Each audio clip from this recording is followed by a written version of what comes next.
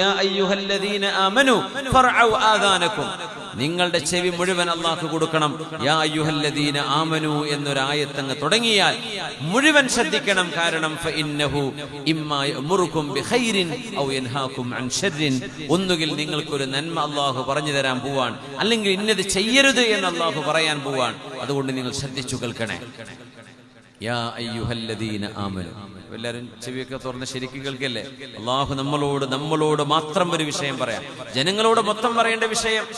ഇന്നാ ഖലഖനാകും മിൻ ദക്കരിൻ വ ഉൻസ, അല്ലാഹു പറയുന്നു, ജനങ്ങളെ എന്ന് വിളിച്ചിട്ട് നിങ്ങളൊക്കെ ഞാൻ ആദം അലൈഹിസ്സലാമിൽ നിന്നും ഹവ്വ ബീവിയിൽ നിന്നുമാണ് നിങ്ങളെ ഞാൻ പടച്ചത്. മനുഷ്യരൊക്കെ ഒന്നാണ്. നിങ്ങളൊക്കെ ഏത് ജാതി വിഭാഗങ്ങളായി മാറിയാലും നിങ്ങളുടെ അടിസ്ഥാനം ചെന്നെത്തുന്നത് ഒരു ഉമ്മയിലേക്കാണ്, ഒരു വാപ്പയിലേക്കാണ്. അതുകൊണ്ട് മനുഷ്യകുലം മുഴുവനും ഒരു ഉപ്പയുടെ മക്കളാണ് നമ്മൾ, ഒരു മനുഷ്യ കുടുംബമാണ് എന്ന് പറയുന്നിടത്ത് അല്ലാഹു ഉപയോഗിച്ചത് ജനങ്ങളെ എന്ന പ്രയോഗമാണ്. പക്ഷെ ഇവിടെ നമ്മളെ പ്രത്യേകം വിളിക്കുകയാണ്. യാ അയ്യുഹല്ലദീന ആമനു ഇത്തഖുല്ലാഹ വകൂനൂ മഅസ്സാദിഖീൻ. സത്യവിശ്വാസികളെ, നിങ്ങൾ അല്ലാഹുവിനെ ശരിക്കും സൂക്ഷിക്കണേ. സത്യം പറയുന്നവരോടുകൂടെ നിങ്ങൾ നിലനിൽക്കണേ. അല്ലാഹു നമ്മളോട് യഅ്മുറുനാ ബിഅംരിൻ, ഒരു കൽപ്പന അല്ലാഹു നൽകുകയാണ്. നിങ്ങൾ സത്യവിശ്വാസികളുടെ കൂടെ നിൽക്കണം. സത്യവിശ്വാസികളുടെ കൂടെ നിൽക്കണം എന്ന് പറഞ്ഞത് സത്യം പറയുന്നവരുടെ കൂടെ, സ്വാദിഖീങ്ങളുടെ കൂടെ നിൽക്കണം എന്ന് പറയുന്നത് നുണ പറഞ്ഞ് രക്ഷപ്പെടാൻ അവസരമുണ്ടായിരിക്കെ കളവ് പറയാതെ സത്യം പറഞ്ഞ് അതിന്റെ ശിക്ഷ അനുഭവിച്ചതിന് ശേഷം തൗബ അല്ലാഹു സ്വീകരിച്ചുവെന്ന് ആയത്തിറക്കിയ കഥ പറയുമ്പോ കഅബ് റളിയല്ലാഹു അൻഹുവിന്റെയും രണ്ട് കൂട്ടുകാരുടെയും 3 പേരുടെ വഅല സലാസത്തിൽ ലദീന ഖുല്ലിഫു, സത്യം പറഞ്ഞ് രക്ഷപ്പെട്ടവരുടെ കഥ പറഞ്ഞതിന് ശേഷം അല്ലാഹു പറയാണ്, നിങ്ങൾ മുനാഫിക്കുകളുടെ കൂടെയാവരുത്, നിങ്ങൾ സത്യസന്ധരുടെ കൂടെയാവണം. ഏതാ വണ്ടി? മാരുതിയാണോ ജീപ്പാണോ എന്താന്ന് കാറാണോ എന്ന് പറ, നമ്പർ അറിയാത്ത മുതലാളിമാരുണ്ടാവും. KL 58 X 52 57 ആ ഒരു വണ്ടി ബ്ലോക്ക് ആയിട്ടുണ്ട്, വണ്ടി മാറ്റി കൊടുക്കണം. KL 58 ഡിസയർ വണ്ടിയാണ്, മാറ്റി കൊടുക്കണേ. KL 58 52 87.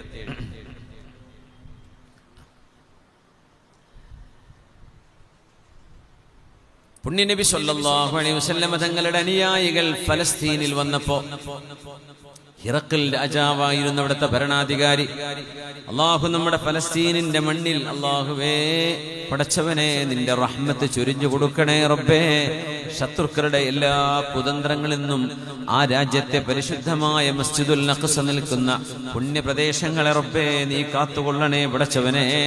അല്ലാഹുമ്മ റുദ്ദ കൈദഹും അല്ലാഹുമ്മ ംകുർ ബിഹിം യാ റബ്ബൽ ആലമീൻ. ആ ശത്രുക്കളുടെ എല്ലാ കൈദുകളും അവരുടെ ചതികളെ നീ പരാജയപ്പെടുത്തണേ റബ്ബേ. റമദാൻ മാസം നോമ്പെടുത്ത് താഴം കഴിക്കാൻ പോലും എഴുന്നേൽക്കാൻ പറ്റാതെ ബോംബ് വർഷങ്ങളിൽ മരണമടഞ്ഞുകൊണ്ടിരിക്കുന്ന ഒരു ജനവിഭാഗം, അല്ലാഹുവേ നീ അവർക്ക് ക്ഷമ കൊടുക്കണേ റബ്ബേ പടച്ചവനെ. നിന്റെ എല്ലാ റഹ്മത്തും ഇറക്കി കൊടുക്കണേ, എല്ലാ അദാബിൽ നിന്ന് രക്ഷപ്പെടുത്തണേ പടച്ചവനെ. ഹബീബായ നബി തങ്ങളുടെ അനുയായികൾ സ്വല്ലല്ലാഹു അലൈഹി വസല്ലം തങ്ങൾ ഹബീബിന്റെ സ്വഹാബികളായി പിന്നീട് മാറിയ ആളുകൾ, അന്ന് അവർ സ്വഹാബികളല്ല, കച്ചവടത്തിന് വേണ്ടി പോയതായിരുന്നു ഫലസ്തീനിലേക്ക്.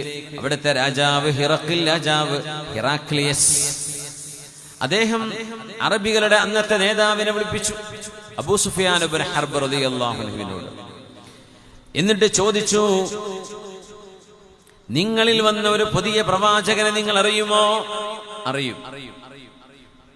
അയാളുടെ കുട്ടിക്കാലം നിങ്ങൾക്കറിയുമോ? അറിയും. തറവാട് അറിയുമോ? ഇന്നതാണ് തറവാട്. മാദായ ഉമുറുക്കും, നിങ്ങളോട് എന്തു ചെയ്യണമെന്നാണ് ആ പ്രവാചകൻ പറയുന്നത് എന്ന് ചോദിച്ചപ്പോ അബൂ സുഫിയാൻ ഇബ്നു ഹർബ് റളിയല്ലാഹു അൻഹു അന്ന് മുസ്ലിം ആയിരുന്നില്ല. രാജാവ് പറഞ്ഞു അനുയായികളോട്, നിങ്ങൾ നേതാവിന്റെ ബാക്കിൽ നിൽക്കണം, നേതാവ് മുമ്പിൽ നിൽക്കണം. അദ്ദേഹം എങ്ങാനും നുണ പറഞ്ഞാലൊന്ന് കൈപൊക്കിയാൽ മതി എന്ന് പറഞ്ഞു. അബൂ സുഫിയാൻ പറയാം, എനിക്ക് നുണ പറയണമെന്നൊക്കെ ആഗ്രഹം ഉണ്ടായിരുന്നു, പക്ഷെ ഞാനൊരു നേതാവ് ഏതെങ്കിലും ഒരു അനുയായി കൈപൊക്കിയാൽ എന്റെ മാനം പോയില്ലേ, അതുകൊണ്ട് ഞാൻ ഉള്ളതുപോലെ പറഞ്ഞു.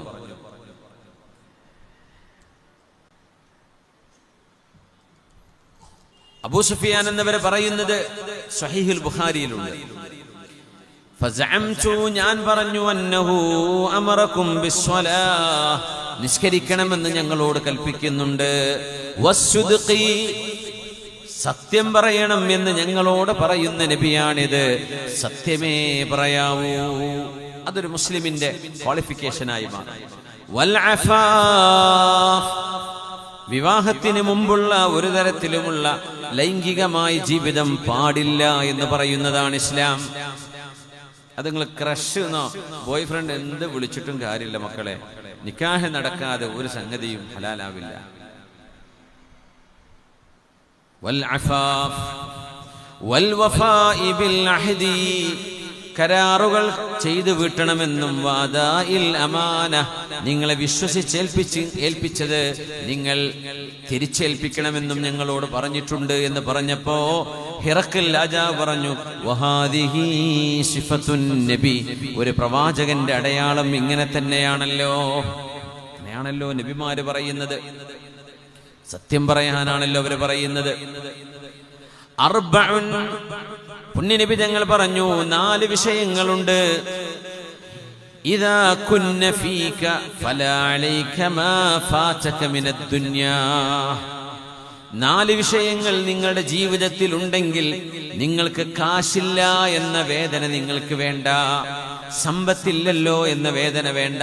എന്റെ കച്ചവടം നഷ്ടത്തിലായി പോയല്ലോ, എന്റെ ഒരുപാട് പൈസ നഷ്ടപ്പെട്ടു പോയല്ലോ, എനിക്ക് സമ്പാദിക്കാൻ പറ്റിയില്ലല്ലോ, എത്രയോ കൊല്ലങ്ങളായി ഞാൻ കഷ്ടപ്പെടുന്നു, എന്റെ കഷ്ടപ്പാടിന്റെ 1000-1 പോലും ചെയ്യാത്തവന് അല്ല വാരിക്കോരി കൊടുത്തില്ലേ, എനിക്കല്ല തന്നില്ലല്ലോ എന്നൊന്നും നിങ്ങൾ പരിതപിക്കല്ലേ. നിങ്ങൾക്ക് 4 ഗുണങ്ങൾ ഉണ്ടെങ്കിൽ നിങ്ങൾ മുതലാളിയാണ് എന്ന് പുണ്യനബി സല്ലല്ലാഹു അലൈഹി വസല്ലം.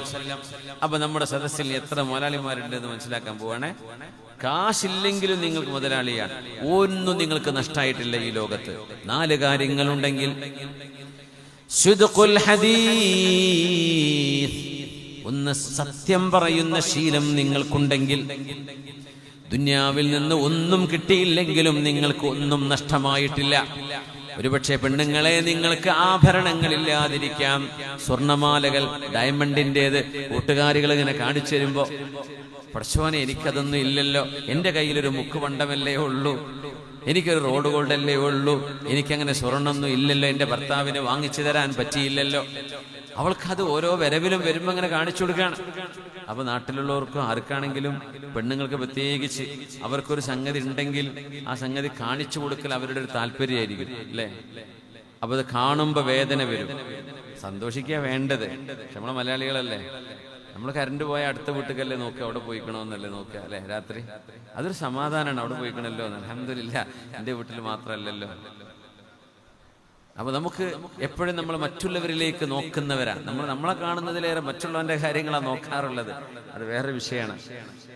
അതൊക്കെ അൽഹംദുലില്ലാ മാറി വരുന്നുണ്ട് അല്ലേ. കുറെ കൂടെയൊക്കെ ആ ഒരു സിസ്റ്റമൊക്കെ മാറി വന്ന് കുറേയേറെ മനുഷ്യന്റെ പ്രൈവസികൾ കാത്തു സൂക്ഷിക്കുന്ന ഒരു രീതിയിലേക്ക് കാര്യങ്ങൾ വരുന്നുണ്ട് എന്ന് ഞാനങ്ങോട്ട് വിശ്വസിക്കുകയാണ്. അങ്ങനെ ആവട്ടെ എന്ന് പ്രാർത്ഥിക്കുകയാണ്. ഇൻഷാ അല്ലാഹ്. അല്ലാഹുവേ,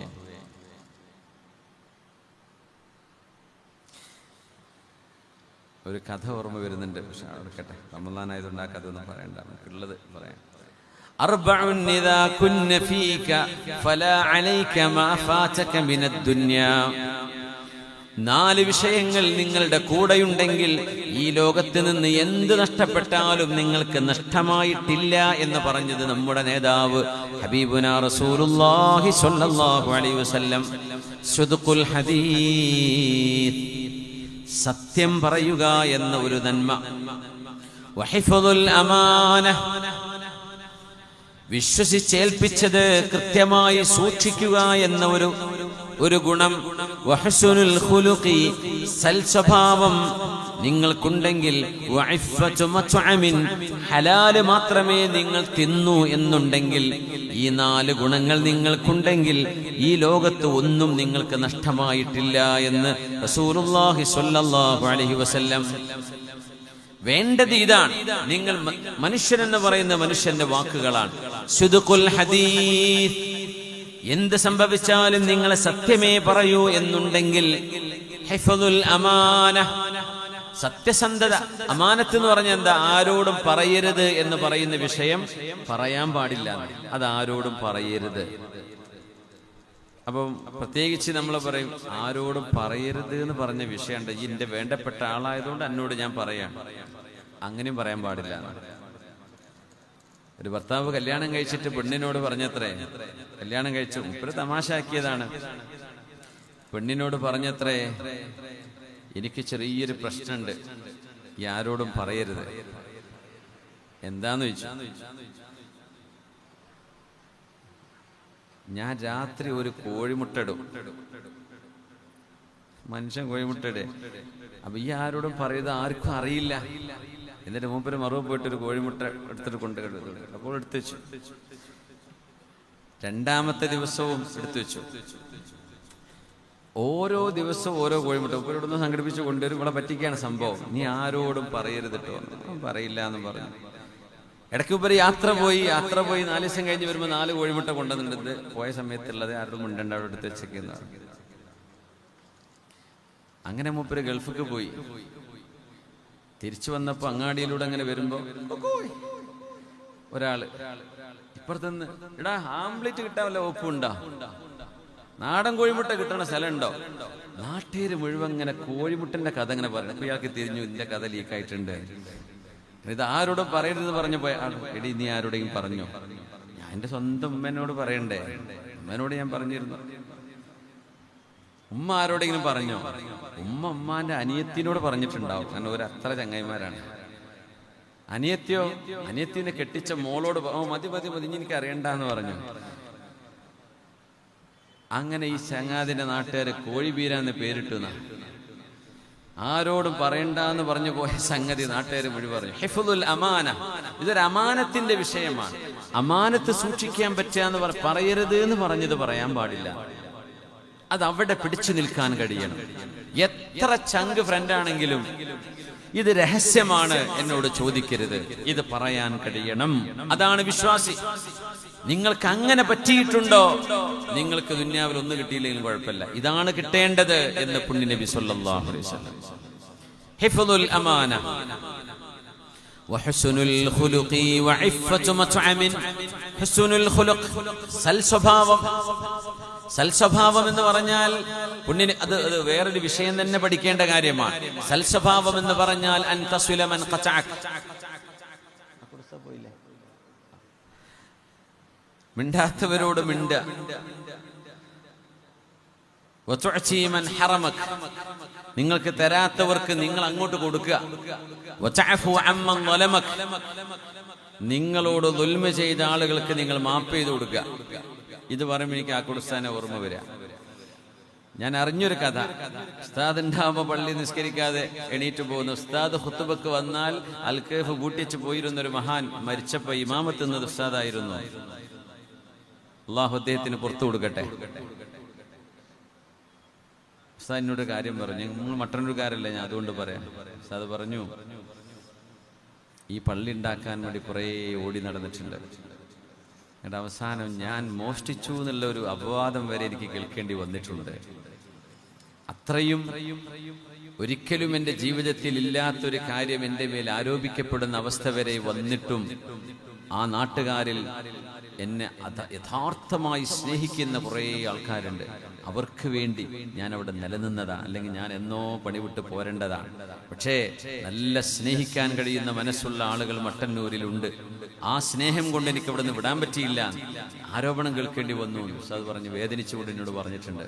അത് നിങ്ങളാരും പറഞ്ഞു എന്നല്ല ഞാൻ പറയുന്നത്. പക്ഷേ അതൊരു വലിയ വേദനയാണ്. ഒരു മനുഷ്യൻ അങ്ങനെയൊക്കെ നമുക്ക് വേണ്ടി, നമ്മുടെ നാടിന് വേണ്ടി എവിടെന്നോ വന്നിട്ട് ഇവിടെ താമസിച്ച് ഇവിടത്തെ കാര്യങ്ങളിൽ ഇടപെട്ടതിന് ശേഷം അങ്ങനെ ഒരു വേദനയുണ്ടാക്കുന്ന അവസ്ഥ ഉണ്ടായിട്ട് പോലും നിങ്ങളുടെ കൂടെ ചിരിച്ചും നിങ്ങളുടെ വിഷയങ്ങളിൽ ഇപ്പോഴും ആ ആർജവത്തോടുകൂടെ അദ്ദേഹം പ്രവർത്തിക്കുന്നു എന്ന് പറയുന്നത് അതൊരു വലിയ നന്മയാണ്. ഹുസ്നുൽ ഖുലുഖ്, അതൊരു യഥാർത്ഥ മുഅ്മിന്റെ അടയാളമാണ്. സിദ്ഖുൽ ഹദീസ്, ഹിഫ്ദുൽ അമാന, വഹുസ്നുൽ ഖുലുഖ്, വതീബുൽ മത്അം, ഇഫ്ഫത്തു മത്അമിൻ എന്ന് പറഞ്ഞ ഈ 4 ഗുണങ്ങളും നമ്മുടെ പ്രിയങ്കരനായ ഉസ്താദിൽ നമുക്ക് കാണാൻ കഴിയും. നമ്മളെല്ലാവരിലും ഒരുപാട് സമരടിക്കുന്നുണ്ട്. ആരും മോശമെന്നല്ല ഞാൻ പറയുന്നത്. എനിക്കറിയുന്ന ഒരാളെന്ന നിലയ്ക്ക് എനിക്ക് പറയാൻ പറ്റും. മൂപ്പരോട് ഇരുത്തിയിട്ട് പറയുന്നത് ശരിയല്ലാത്തത് കൊണ്ടാണ് ഞാനത് മിണ്ടാണ്ടിരുന്നത്. അള്ളാഹു ദീർഘായുസ്സും ആഫിയത്തും കൊടുക്കട്ടെ. നമ്മുടെ വിഷയങ്ങളിൽ, നമ്മുടെ ഇടയിലുള്ള എന്തെല്ലാം പ്രശ്നങ്ങളുണ്ടോ ഒക്കെ അള്ളാഹു പരിഹരിച്ചു തരട്ടെ. ആളുകൾക്ക് ചിലത് അറിയാത്തത് കൊണ്ടാണ്, ചില ആളുകൾക്ക് പല ലക്ഷ്യങ്ങളുണ്ടാകും. പ്രശ്നം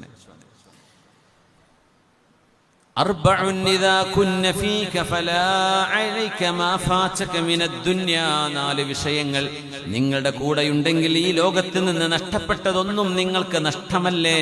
സിദ്ഖുൽ ഹദീസ്, ഒന്ന് സത്യം പറയുന്ന ശീലം. വഹിഫ്ദുൽ അമാന, അമാനത്ത്, രഹസ്യം സൂക്ഷിക്കാൻ കഴിയുന്നത്. വഹുസ്നുൽ ഖുലുഖി, സൽ സ്വഭാവം. വഇഫ്ഫത്തു മത്അമിൻ, ഹലാൽ മാത്രം ഭക്ഷിക്കുക എന്ന നിങ്ങളുടെ തീരുമാനം.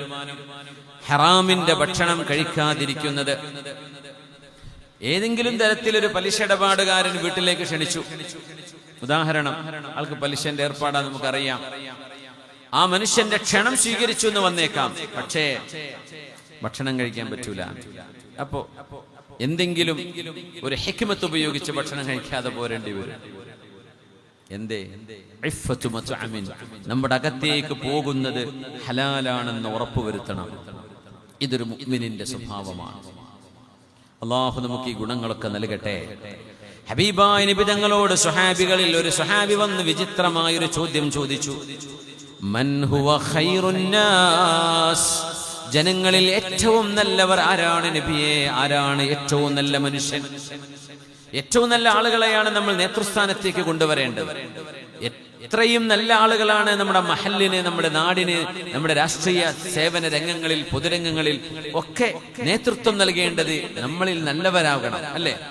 ആരാണ് നല്ലവർ എന്ന ചോദ്യത്തിന് ഹബീബിന്റെ ഉത്തരം. ഈ ചോദ്യങ്ങൾ വിചിത്രമാണ്. ഹബീബിനോട് ചോദിക്കപ്പെടുന്ന ചോദ്യങ്ങൾ തന്നെ മനോഹരമാണ്. ഞാൻ ചിന്തിച്ചു പോകാറുണ്ട്, എവിടെ നിന്നാണ് ഇങ്ങനെ ഒരു ചോദ്യം അവർ ചോദിച്ചിട്ടുണ്ടാവുക? മൻ ഹുവ ഖൈറുൻ നാസ്, ഹബീബിന്റെ മുമ്പിൽ എല്ലാ സ്വഹാബികളും ഖൈറായവരാണ്. അവിടെ ഇവരിൽ ഏറ്റവും ഖൈറാരായിരിക്കും നബിയെ എന്നറിയാനായിരിക്കും അവരാ ചോദിക്കുന്നത്. മൻ ഹുവ ഖൈറുൻ നാസ് ഖാല, ഹബീബിന്റെ മറുപടി വന്നു, ഖൈറുൻ നാസ്, ജനങ്ങളിൽ ഏറ്റവും ഖൈറായവർ ദുൽ ഖൽബിൽ മഖ്മൂമി വൽ ലിസാനിസ് സ്വാദിഖ്, സത്യം മാത്രം പറഞ്ഞ് ശീലമുള്ളവരും ഹൃദയം മഖ്മൂമായവരും. ഹൃദയം മഖ്മൂമോ?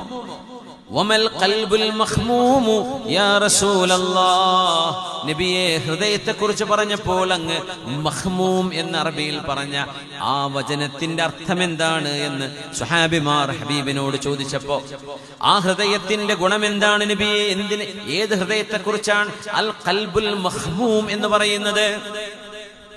هو التقي النقي الذي لا إثم فيه ولا بغي ولا حسد. هو التقي النقي, അല്ലാഹുവിനെ ഭയപ്പെടുന്ന ശുദ്ധമായ ഹൃദയമുള്ള മനുഷ്യനാണ്. الذي لا إثم فيه, ആ മനസ്സിൽ കറയില്ല. ولا بغي, ആരോടും വിദ്വേഷമില്ല. വലാ ഹസദ, ആരോടും അസൂയയുമില്ല. അസൂയയില്ലാത്ത, പകയില്ലാത്ത, പാപക്കറകളില്ലാത്ത, അള്ളാഹുവിനെ ഭയപ്പെടുന്ന ഹൃദയം തെളിച്ചമുള്ള കൽബുള്ള മനുഷ്യർക്കാണ് അള്ളാഹുവിന്റെ സൃഷ്ടികളിൽ ഏറ്റവും ഖൈറായവർ അവരാണെന്ന് നബിയുനാ റസൂലുള്ളാഹ് സ്വല്ലല്ലാഹു. അപ്പൊ നമുക്ക് ചില ടാർഗറ്റുകളാണ്. നമുക്ക് അങ്ങോട്ട് എത്താൻ പറ്റൂ ഈ റമദാനിലൂടെ? നമ്മുടെ ഇന്നത്തെ വഅദിലൂടെ നമ്മുടെ ജീവിതത്തിൽ ചില മാറ്റങ്ങൾ ചെയ്യാൻ കഴിയുമോ? ഞാൻ ഇനി സത്യമേ പറയൂ, ഞാൻ എൻ്റെ ഹൃദയത്തിൽ ആരോടും ഒരു അസൂയയും ഒരു വെറുപ്പും ഒരു പകയും എൻ്റെ കൽബിൽ കൊണ്ട് നടക്കൂല എന്ന് ശപഥം ചെയ്ത് അതനുസരിച്ച് ജീവിക്കാൻ കഴിയുമെങ്കിലാണ് നമ്മൾ ജനങ്ങളിൽ നല്ലവരായി മാറുന്നുള്ളൂ എന്ന് നബിയുനാ റസൂലുള്ളാഹി സ്വല്ലല്ലാഹു അലൈഹി വസല്ലം. ഹവാസിൻ ഗോത്രക്കാർ ഹബീബിന്റെ മുമ്പിൽ വന്നു. ഒരു യുദ്ധം കഴിഞ്ഞപ്പോ ഹവാസിനിലെ ഒരുപാട് ആളുകൾ അടിമകളായി, ക്യാപ്റ്റീവുകളായി, യുദ്ധത്തടവുകാരായി, വാർ പ്രിസണേഴ്സായിട്ട് ഹബീബിന്റെ സ്വഹാബിമാർ പിടിച്ചു വെച്ചിട്ടുണ്ടായിരുന്നു. ഹബീബായ തങ്ങളുടെ മുമ്പിൽ അവർ വന്നപ്പോൾ പുണ്യനബി അവരോട് പറഞ്ഞു, മഅയമൻ ചറഊൻ, എന്റെ കൂടെയുള്ള എന്റെ സ്വഹാബിമാരാണിവർ. പുണ്യനബി തങ്ങളോട് അവർ വന്ന് ചോദിച്ചു, നബിയെ, ഞങ്ങളുടെ അടിമകളായി പിടിക്കപ്പെട്ട ഞങ്ങളുടെ നാട്ടുകാരും ബന്ധുക്കളുമായവരെ ഞങ്ങൾക്ക് തിരിച്ചു തരണം. ഞങ്ങളിന്ന് പിടിച്ചെടുത്ത സമ്പത്ത് ഞങ്ങൾക്ക് തിരിച്ചു കിട്ടണം. യുദ്ധം അവസാനിക്കുമ്പോൾ അന്ന് യുദ്ധത്തിന്റെ ഒരു നോം ആൻഡ് കസ്റ്റം എന്ന് പറയുന്നത്, ആരാണോ തോറ്റോടുന്നത് ആ തോറ്റോടുന്നവർ ഇട്ടേച്ചു പോകുന്നത് വോബൂറ്റിയാണ്, യുദ്ധം മുതലാണ്. അത് വിജയിക്കുന്നവർക്ക് എടുക്കാനുള്ളതാണ്. യുദ്ധം അവസാനിച്ചു എന്ന് പ്രഖ്യാപിക്കപ്പെട്ടതിന് ശേഷവും യുദ്ധക്കളം വിട്ടുപോകാതിരിക്കുന്ന ആളുകളെ പിടിച്ചുവെക്കും. അവർ യുദ്ധ തടവുകാരായിരിക്കും. ജയിച്ചവർ പറയുന്ന റാൻസം കൊടുത്താലേ അവരെ തിരിച്ചു കൊടുക്കുള്ളൂ. അത് അന്നും പണ്ട് മുതലേ ഉള്ള ഒരു നയമാണ്, രീതിയാണ്. അത് സ്വഹാബത്തിന്റെ കാലത്തും ഉണ്ടായിട്ടുണ്ട്. അത്രയേ ഉള്ളൂ. സ്വഹാബികൾ അവരും പിടിച്ചു വെക്കാറുണ്ട്. ഹവാസിന് ഗോത്രക്കാര് വന്നപ്പോൾ പുണ്യനബി തങ്ങളോട് അവരുടെ അടിമകളെ വിട്ടുതരണമെന്ന് പറയാൻ വന്നപ്പോ, ഈ സംഭവം സ്വഹീഹുൽ ബുഖാരിയിലുണ്ട്. ഹബീബായ തങ്ങൾ പറഞ്ഞു, മഅയമൻ ചറഊൻ, എന്റെ കൂടെ നിൽക്കുന്നത് നിങ്ങളെ കാണുന്ന എന്റെ സ്വഹാബികളാണ്. വഅഹബ്ബുൽ ഹദീഥി ഇലയ്യ അസ്ദഖു, എന്നോട് നിങ്ങൾ സംസാരിക്കുകയാണെങ്കിൽ ഞാൻ ഇഷ്ടപ്പെടുന്നത് സത്യസന്ധമായി ഉള്ളതുപോലെ പറയണം. എനിക്കതേ വേണ്ടു. നിങ്ങളുടെ വകയായിട്ടൊന്നും പറയണ്ട. ഫാബ്രിക്കേറ്റ് ചെയ്യരുത്, ഫോർജ് ചെയ്യരുത്, മാനിപ്പുലേറ്റ് ചെയ്യരുത്, കറപ്റ്റ് ചെയ്യരുത്, ആശയങ്ങളെ വളച്ചൊടിക്കരുത്. ഉള്ളതുപോലെ പറയാം. ചില യൂട്യൂബ് നടത്തുന്ന മനുഷ്യന്മാരോട് എനിക്ക് പറയാനുള്ളത് അതാണ്. ചില ക്യാപ്ഷൻ കൊടുക്കും, ഇതങ്ങോട്ട് ചൊല്ലിയാൽ നിങ്ങൾക്ക് മട്ടന്നൂർ ഇത്ര സൗകര്യം കിട്ടും, ആഖിറത്ത് പോയാൽ ഇന്നത് കിട്ടും, നാട്ടിൽ ചെന്നാൽ ഇന്നത് കിട്ടും, ഇത് ചൊല്ലിയാൽ നിങ്ങളുടെ എല്ലാ കാര്യം രക്ഷപ്പെടും. അത് തുറന്നു നോക്കി ആ സംഗതിയിൽ പറയുന്നുണ്ടാവില്ല. പടച്ചോനെ പറ്റിക്കലായാലും ഒരു 30 മിനിറ്റ് കേട്ടു നോക്കുമ്പോൾ 1 മണി ആ പറഞ്ഞ വിഷയം ഈ എഴുതിയ പോയിന്റ് തമ്മിൽ ഒരു ബന്ധം ഉണ്ടാവില്ല. അപ്പൊ എന്തിനാണെന്നറിയോ? ആൾക്കാരെ പറ്റിക്കാൻ വേണ്ടി. ആളുകൾ നോക്കിയിട്ട് ആളുകളുടെ വ്യൂവേഴ്സിന്റെ എണ്ണം കൂടുമ്പോൾ ഇയാൾക്ക് പൈസ കിട്ടും. അപ്പൊ എന്തെങ്കിലും വീഡിയോ ഇട്ടിട്ട് ഭയങ്കര പ്രശ്നമാണ് എന്ന് പറയുന്നിട്ട് 2 ആളെ ഫോട്ടോ വെക്കുക അപ്പുറപ്പുറം. ഇയാൾ അങ്ങോട്ടും ഇങ്ങോട്ടും മറുപടി പറയാണ്, അങ്ങോട്ടും ഇങ്ങോട്ടും ഭയങ്കര വിവാദമാണ്. ഒരു വിവാദം ഉണ്ടാവില്ല. പറഞ്ഞ വിഷയമായി എഴുതിയ ടൈറ്റിലും തമ്മിൽ ഒരു ബന്ധം ഉണ്ടാവില്ല. റമദാൻ മാസത്തിൽ വരെ അത് ചെയ്യുന്ന മനുഷ്യന്മാരുണ്ട്. എന്തിനെന്നറിയോ? പൈസ കിട്ടാൻ വേണ്ടിയിട്ട്. സുബ്ഹാനല്ലാഹ്, എത്ര വലിയ പാതകമാണത്. ആലിമീങ്ങളും ഉസ്താദുമാരും തങ്ങന്മാരും സയ്യിദന്മാരും അത് പറയുന്നവരൊക്കെ ഫോട്ടോ അപ്പുറപ്പുറം വെച്ചിട്ട് അങ്ങനെ അടിച്ചിറക്കുന്ന ഓരോന്ന് എന്തെങ്കിലും നുണയായിട്ട് ടൈറ്റിലും വെക്കും. നമ്മളൊന്നും പിന്നെ പറയാൻ പോവാറില്ല. ചെയ്യുന്നവര് ചെയ്യട്ടെ എന്ന് വിചാരിക്കല. അതിന് പറയാന്നിട്ട് എന്താ കാര്യം? അവരുടെ തിരുത്തൊന്നുമില്ല. അവര് അടുത്ത വീഡിയോ എന്നാൽ അതിനും വേറെ ക്യാപ്ഷട്ട് വിടും. അവർക്ക് പൈസ ഉണ്ടാക്കണമെന്നേ ഉണ്ടാവുള്ളൂ. അസ്ദഖുഹു, സത്യമേ, ഉള്ളതേ പറയാവൂ. ഉള്ളത് പറഞ്ഞോളൂ, ഇല്ലാത്തത് പറയരുത്. അങ്ങനെ വിചാരിച്ചിട്ടുണ്ടാവും. നിങ്ങൾ അറിഞ്ഞോ ആള് വിചാരിച്ചിട്ടുണ്ടോ ഇല്ലേ എന്ന്? അവല ശഖഖത ഖൽബഹു, ആ മനുഷ്യന്റെ മനസ്സ് നിങ്ങൾ കീറി നോക്കിയിട്ടാണോ ഈ ജഡ്ജ്മെന്റ് ചെയ്യുന്നത്? അല്ലല്ലോ. പിന്നെ എന്തിന് നിങ്ങളത് പറയുന്നു? അങ്ങനെ ഉള്ളതുപോലെ പറയും. പെണ്ണുങ്ങളെ പ്രത്യേകിച്ച് നമ്മളൊക്കെ പെണ്ണുങ്ങളെ സംബന്ധിച്ചിടത്തോളം അവര് വളരെ ഇമോഷണലി ഇന്റലിജന്റ് എന്ന് പറയും. അവരുടെ വിവേകം ഇമോഷനുമായി ബന്ധപ്പെട്ടതാ. അവർക്ക് ഇഷ്ടപ്പെട്ടാൽ എല്ലാം പിന്നെ ഇഷ്ടമാണ്. വെറുപ്പാണോ? ആകെ വെറുപ്പായിരിക്കും. പുരുഷന്മാർക്ക് അങ്ങനെ ആവണമെന്നില്ല. നമ്മൾ ഏറെക്കൂടെ ഫാക്ച്വലാണ്. സ്ത്രീകൾ ഇമോഷണലാണ്. അതുകൊണ്ട് പറയുമ്പോ അവൾ ഇന്നത് പറഞ്ഞു, ഇവൾ അങ്ങനെ പറഞ്ഞു, ഉമ്മ പറഞ്ഞു, പെങ്ങൾ പറഞ്ഞു എന്നൊക്കെ പറയുമ്പോ പലതും പറയാത്തതും പറയപ്പെടാത്തതും ചിന്തിക്കാത്തതൊക്കെ ആയിരിക്കും. അങ്ങനെ ഒരിക്കലും ആവരുത്. നമ്മൾ മുസ്ലിമീങ്ങളാണ്. നമ്മളോട് വിശുദ്ധ ഖുർആനും പുണ്യ നബിയും പറയാ, നിങ്ങൾ ഉള്ളതേ പറയാവൂ, നുണ പറയരുത്.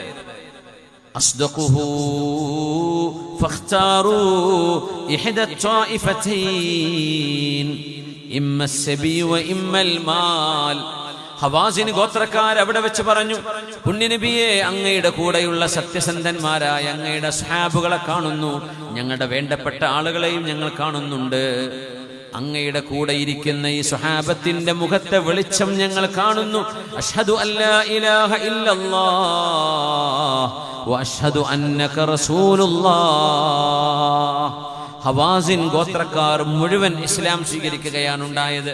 ഹബീബിന്റെ മുമ്പിൽ അവർ വന്ന്, പുണ്യനബി ഇത്രയേ പറഞ്ഞിട്ടുള്ളൂ, എന്റെ അനുയായികൾ ഇവരാണ്, നിങ്ങളുടെ ആളുകൾ ഇതാ ഇവിടെ കിടക്കുന്നു, എന്നോട് സംസാരിക്കുമ്പോൾ എനിക്കിഷ്ടം സത്യമേ പറയാവൂ, ഉള്ളതുപോലെ പറയാവൂ, നിങ്ങൾ ഇല്ലാത്തത് പറയരുത് എന്ന് പറഞ്ഞപ്പോ ഹബീബാ നബി തങ്ങളെ മനസ്സിലാക്കുകയും ഹബീബിന്റെ കൂടെ ഞങ്ങൾക്കും ചേരണമെന്ന് പറഞ്ഞ് ഹവാസിൻ ഗോത്രം ഒന്നിച്ച് ഇസ്ലാമിലേക്ക് വന്ന ചരിത്രം ഇമാം ബുഖാരി തങ്ങൾ സ്വഹീഹിൽ ദീർഘമായൊരു ഹദീത്തിൽ വിവരിക്കുന്നുണ്ട്.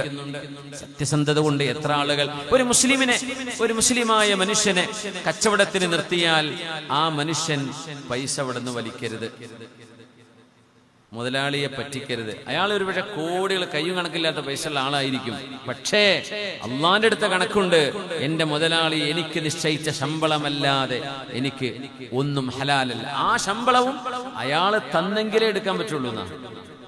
എന്റെ ശമ്പളം ഞാൻ വലിച്ചിട്ട് ബാക്കി എന്നെ പറ്റൂല. സൗദി അറേബ്യയിൽ നിന്ന് വന്ന് ഒരുപാട് കാലം അവിടെ നിന്നിട്ട് കുറെ കാലം പൈസ ഉണ്ടാക്കി വന്ന ഒരാളോട്, എവിടുന്നേടോ എനിക്ക് ഇത്രയൊക്കെ പൈസ, നീ ഡ്രൈവറായിരുന്നു, ഇവിടെ കച്ചവടത്തിൽ ബക്കാലി ജോലി ചെയ്യായിരുന്നില്ലേ? അതെ. എങ്ങനെ ഇതൊക്കെ ഉണ്ടാക്കിയത്? ഞാൻ എല്ലാ ദിവസവും ഒരു 100 റിയാൽ ഇങ്ങനെ എടുക്കാറുണ്ട്. പടച്ചോനെ, എന്റെ അറബിയെ നീ പറ്റിക്കായിരുന്നു? അല്ലല്ല, ഞാൻ മൂപ്പരോട് പറഞ്ഞിട്ട് എന്നെ എടുത്തത്. നീ എന്തേ പറഞ്ഞത്? മൂപ്പർക്ക് ആയിരുന്നു 100 എടുത്തിട്ടുണ്ടോ? പച്ച മലയാളത്തിലേ മൂപ്പർക്ക് അറിയില്ലല്ലോ മലയാളത്തിൽ എന്താ പറഞ്ഞത് എന്ന്. അങ്ങനെ എടുത്തൊക്കെ ആയിരുന്നു പരിപാടി. പിന്നൊക്കെ ബോധം തെളിഞ്ഞിട്ടോ, പിന്നൊക്കെ തൗബ ചെയ്തു, നന്നായി, ഒക്കെ തിരിച്ചു കൊടുക്കാനുള്ള മനസ്സുണ്ടായി.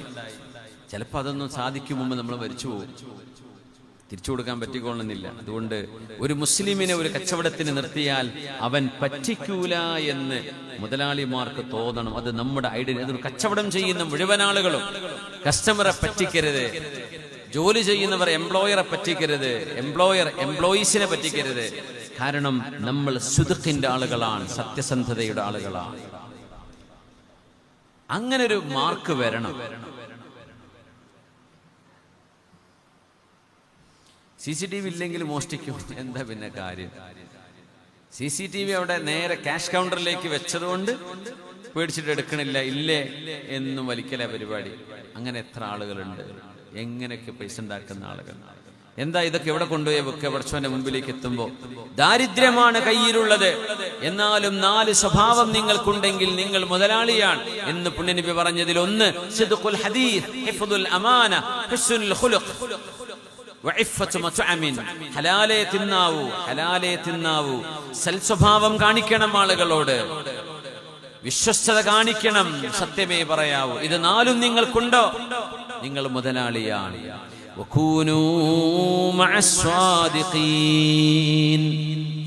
സത്യസന്ധന്മാരുടെ കൂടെ നടക്കണമേ. കാരണം സത്യസന്ധത നിങ്ങളെ നന്മയിലേക്ക് നയിക്കും, നന്മ നിങ്ങളെ സ്വർഗത്തിലേക്ക് നയിക്കും. വലാ യസാലു റജുലു യസ്ദുഖു വയതഹറസ്സുദ്ഖ.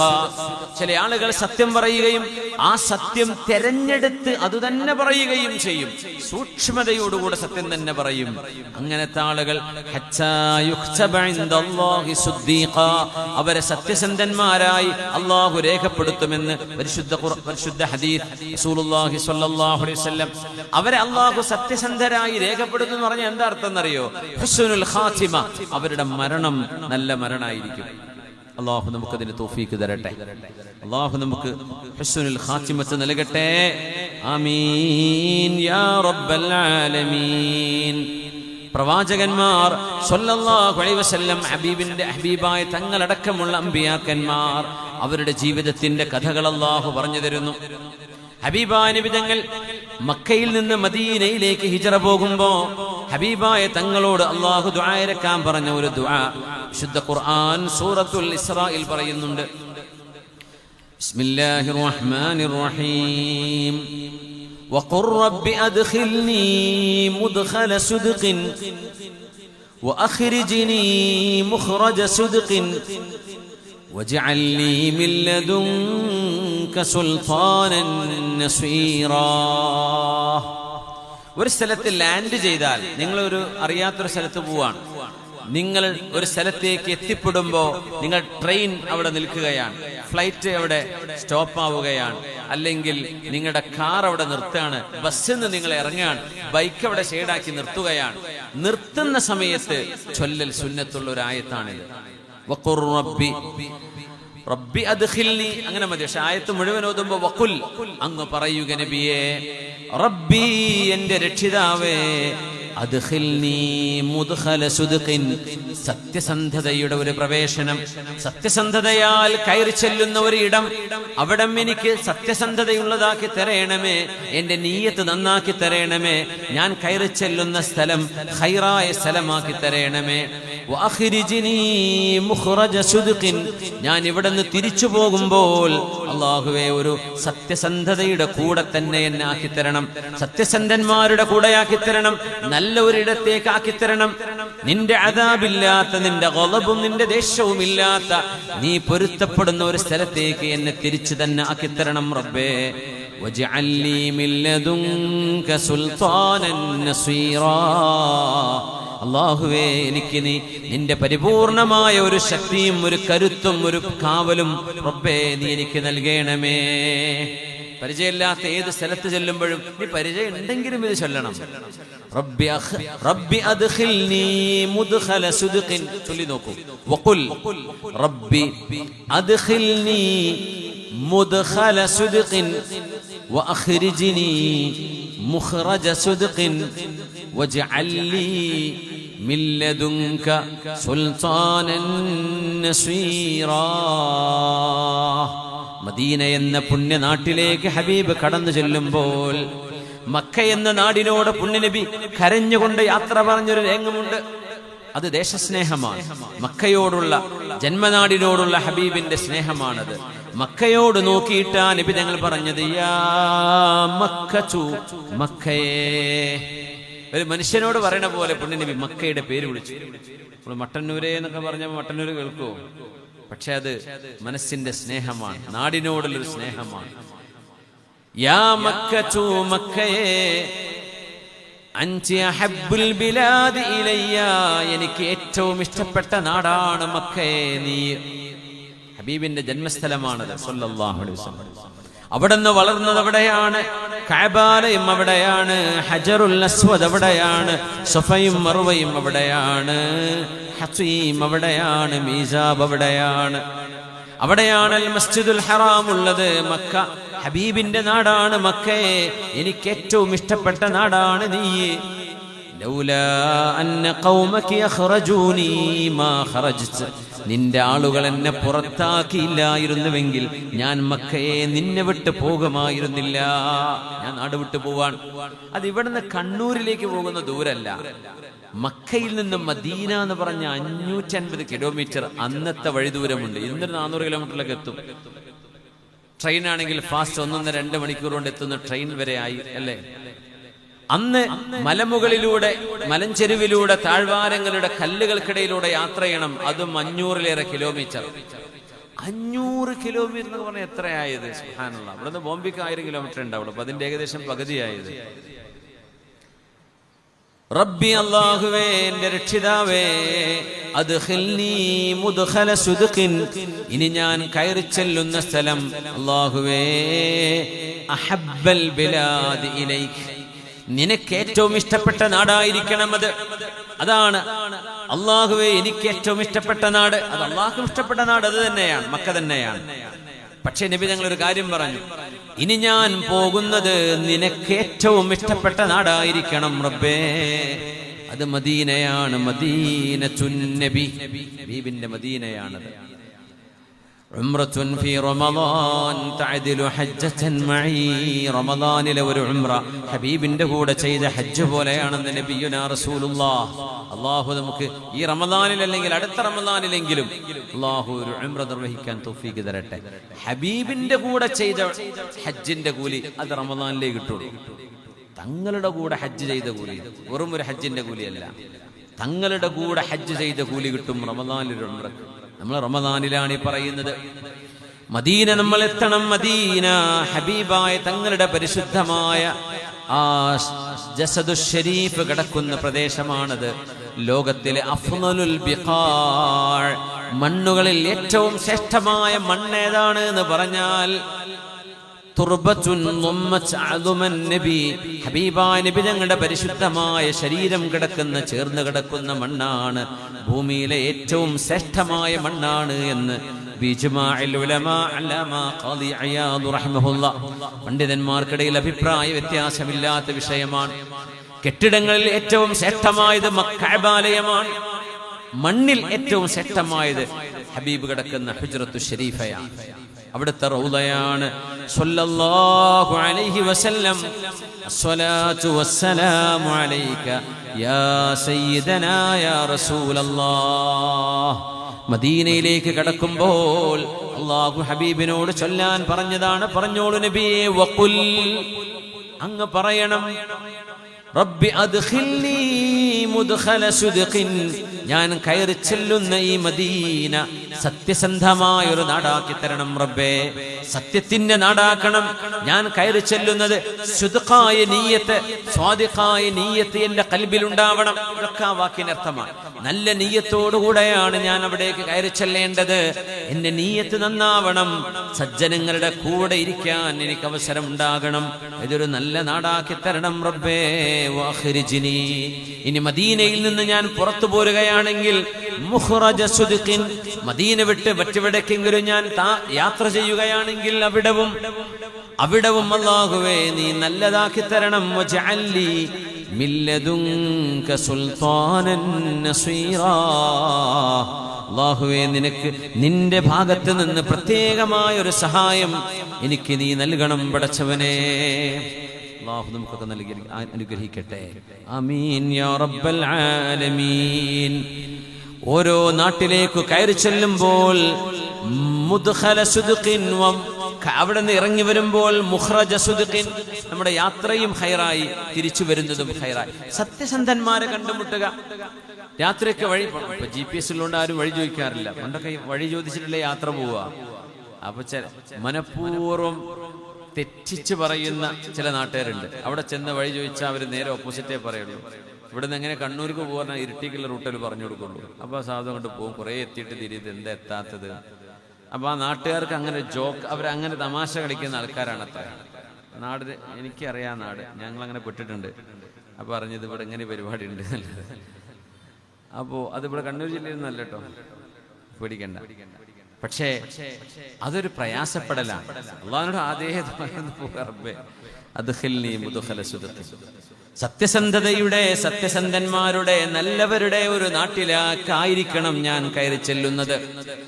സയ്യിദുനാ ഇബ്രാഹിം അലൈഹിസ്സലാം അല്ലാഹുവിനോട് ചോദിച്ചു വാങ്ങിയിട്ടുണ്ട്, വജഅൽനി ലിസാന സുദ്ഖിൻ ഫിൽ ആഖിരീൻ, അല്ലാഹുവേ എന്റെ മരണശേഷം, എന്റെ കാലശേഷം സൽപേര്, സത്യസന്ധതയുടെ ഒരു പേര് നീ എനിക്ക് നൽകണമെന്ന് ഇബ്രാഹിം നബി ചോദിച്ചു. അല്ലാഹു അത് കൊടുത്തു.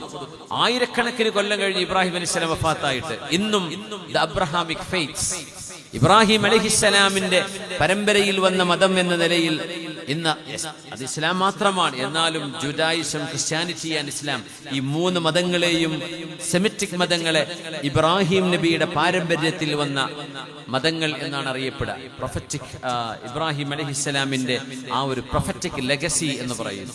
ഇബ്രാഹിം നബിയെ എല്ലാ സെമിറ്റിക് മതക്കാരും അംഗീകരിക്കും, ജൂതന്മാരും അംഗീകരിക്കും, മുസ്ലിമീങ്ങൾക്ക് ബഹുമാനമാണ്, ക്രിസ്ത്യാനികൾക്കും ബഹുമാനമാണ്. സെമിറ്റിക് മതങ്ങൾ മൂന്നെണ്ണമാണ്: ഇസ്ലാം, ക്രിസ്ത്യാനിറ്റി ആൻഡ് ജുഡായിസം. ഇവരെല്ലാവരും ഒരുപോലെ ബഹുമാനിക്കുന്ന മഹാനാണ് ഇബ്രാഹിം അലൈഹിസ്സലാം, സയ്യിദുനാ ഇബ്രാഹിം അലൈഹിസ്സലാം. ഫലസ്തീനിലാണ് മഹാന്റെ ഖബറുള്ളത്. അല്ലാഹു ഞങ്ങളെ സിയാറത്ത് ചെയ്യാനൊക്കെ അല്ലാഹു നമുക്ക് തൗഫീഖ് നൽകട്ടെ. ആമീൻ. ആദ്യഘട്ടം പുണ്യനബിതങ്ങൾ ഖുറൈശികളോട് ചോദിച്ചത് അവിടുത്തെ സത്യസന്ധതയെ കുറിച്ചാണല്ലോ. സഫാ കുന്നിന്റെ മുകളിൽ കയറിയിട്ട് പുണ്യനബി ചോദിച്ച ചോദ്യമല്ലേ. നമ്മുടെ കുട്ടികളൊക്കെ റബീഉൽ അവ്വലിൽ പ്രസംഗിക്കുമ്പോൾ ആ ചരിത്രം പറയും. ഞാൻ ഈ മലയുടെ, ഞാൻ കാര്യം പറയട്ടെ, നിങ്ങൾ എന്നെ വിശ്വസിക്കുമോ? പറയൂ മുഹമ്മദേ സ്വല്ലല്ലാഹു അലൈഹി വസല്ലം, പറഞ്ഞോളൂ, ഞങ്ങൾ കേൾക്കട്ടെ. ഈ മലയുടെ അപ്പുറത്ത് നിന്ന് ഒരു സൈന്യം നിങ്ങൾ ആക്രമിക്കാൻ വരുന്നുണ്ട് എന്ന് ഞാൻ പറഞ്ഞ നിങ്ങൾ എന്നെ വിശ്വസിക്കുമോ? അപ്പൊ അവരെല്ലാവരും പറഞ്ഞു മാ ജറബ്നാ അലൈക കദിബൻ അബദാ, നിങ്ങൾ ഒരിക്കലും ഞങ്ങളോട് കളവ് പറഞ്ഞിട്ടില്ലല്ലോ. മാ ജറബ്നാ അലൈക ഇല്ലാ സിദ്ഖാ, സത്യം മാത്രമല്ലേ നിങ്ങൾ ഞങ്ങളോട് പറഞ്ഞിട്ടുള്ളൂ. അത് പറഞ്ഞിട്ടാണ് നബി ഞങ്ങൾ പറയുന്നത് ഫഇന്നീ നദീറുൻ ലക്കും ബൈന യദൈ അദാബിൻ ശദീദ്, അല്ലാഹുവിന്റെ ശിക്ഷ നിങ്ങൾക്ക് വരാൻ പോകുന്നുണ്ട് നിങ്ങൾ ബഹുദൈവാരാധന നിർത്തിയില്ലെങ്കിൽ. പടച്ചവൻ അല്ലാഹുവാണ്, സൃഷ്ടാവ്. കണ്ണുകളെ കൊണ്ട് കാണപ്പെടാത്തവനാണ് ഈ ലോകത്ത്. കണ്ണുകളെയും സർവചരാചരങ്ങളെയും പടച്ചവനാണവൻ. അവനറിയാവുന്നതെല്ലാം ഇവിടെ പടച്ചു തന്നിട്ടുണ്ട്. ഓരോ മണൽത്തരിയും ഓരോ ചെടിയും വായുവും അന്തരീക്ഷവും സൂര്യനും ചൂടും തണുപ്പും രാത്രിയും പകലും നക്ഷത്രങ്ങളും താരസമൂഹങ്ങളും ഇതെല്ലാം അള്ളാഹുവിന്റെ സൃഷ്ടിയാണ്.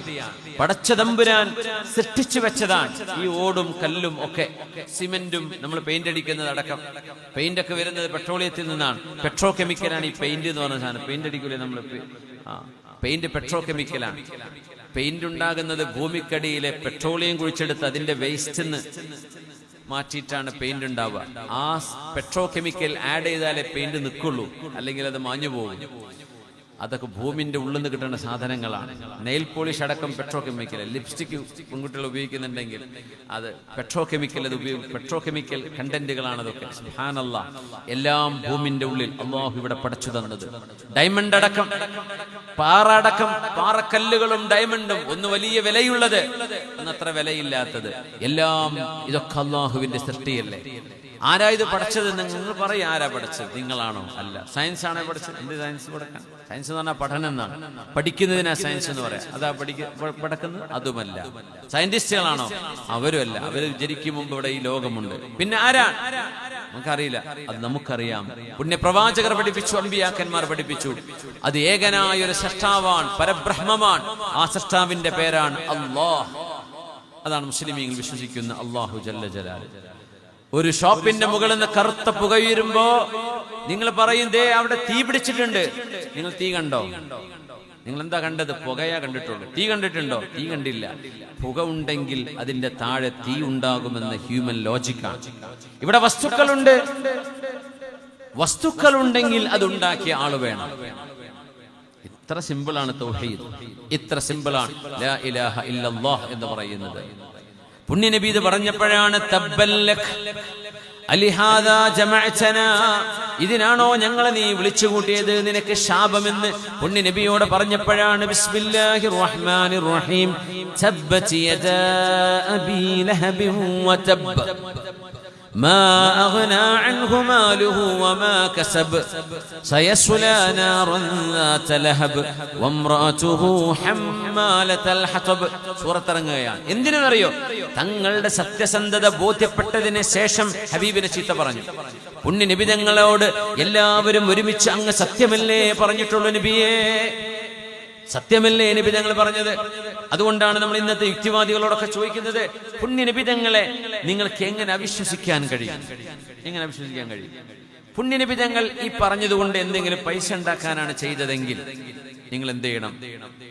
അത് കാണിച്ചു തരും. നബി തങ്ങൾ എന്താ ചെയ്തിട്ടുള്ളത്? ഹബീബായ നബി തങ്ങൾ നിങ്ങളുടെ ഈ പ്രബോധനം കൊണ്ട് ലക്ഷ്യമാക്കിയത് കാശാണെങ്കിൽ അത് നിങ്ങൾ പറഞ്ഞു തരണം. തങ്ങൾ എന്തുണ്ടാക്കി? അവിടുന്ന് വഫാത്താകുമ്പോ ഫഖീറായിട്ടാ മരിക്കുന്നത്, അല്ലേ? ഫഖീറായിട്ടാ മരിക്കുന്നത് സ്വല്ലല്ലാഹു അലൈഹി വസല്ലം. ആ നബി എന്തിന് നുണ പറയണം? പരലോകമുണ്ട് എന്ന് പറഞ്ഞിട്ട് വിശുദ്ധ ഖുർആനെ സംബന്ധിച്ച് എന്തിന് കളവ് പറയണം? 40 വർഷം വരെ ഒരു സമൂഹത്തിന്റെ കൂടെ ജീവിച്ചിട്ട് ഒരു നുണ പോലും അവർക്ക് പറയാൻ കഴിയാത്ത വിധം സത്യസന്ധതയുടെ മാതൃകയായി ജീവിച്ച ഒരു പുണ്യപ്രവാചകൻ അള്ളാഹുവിന്റെ പേരിൽ എന്തിന് നുണ പറയണം? ഇത് ലോജിക് കൊണ്ട് മനസ്സിലാകുന്ന വിഷയമല്ലേ?